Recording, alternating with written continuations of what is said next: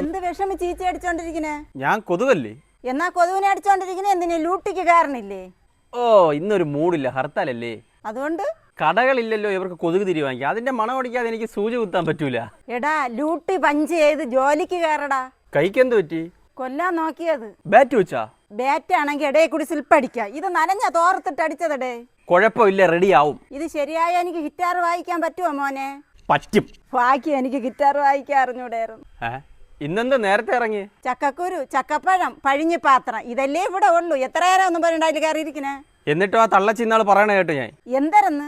ഈ മരണ വീട്ടിൽ ഒരു സാധനവും വയ്ക്കാൻ വയ്യ, ഭയങ്കര ഈച്ചയെന്ന്. ചക്കപ്പഴം തിന്നാത്തത് സോഡിയോ ഇല്ലേ? ആണോ?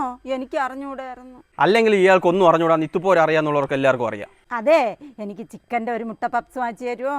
ചിക്കൻ മുട്ട പപ്സാ? മുട്ട പപ്സ് ചിക്കന്റെ. വീട്ടിന്റെ അകത്തിരിക്കാൻ വയ്യ, എന്തൊരു കൊതുകാൻ തേരി. ഞാൻ ഡ്യൂട്ടിക്ക് കയറട്ടെ, വിപണിയിൽ വരട്ടെ, വാങ്ങിച്ചു തരാം.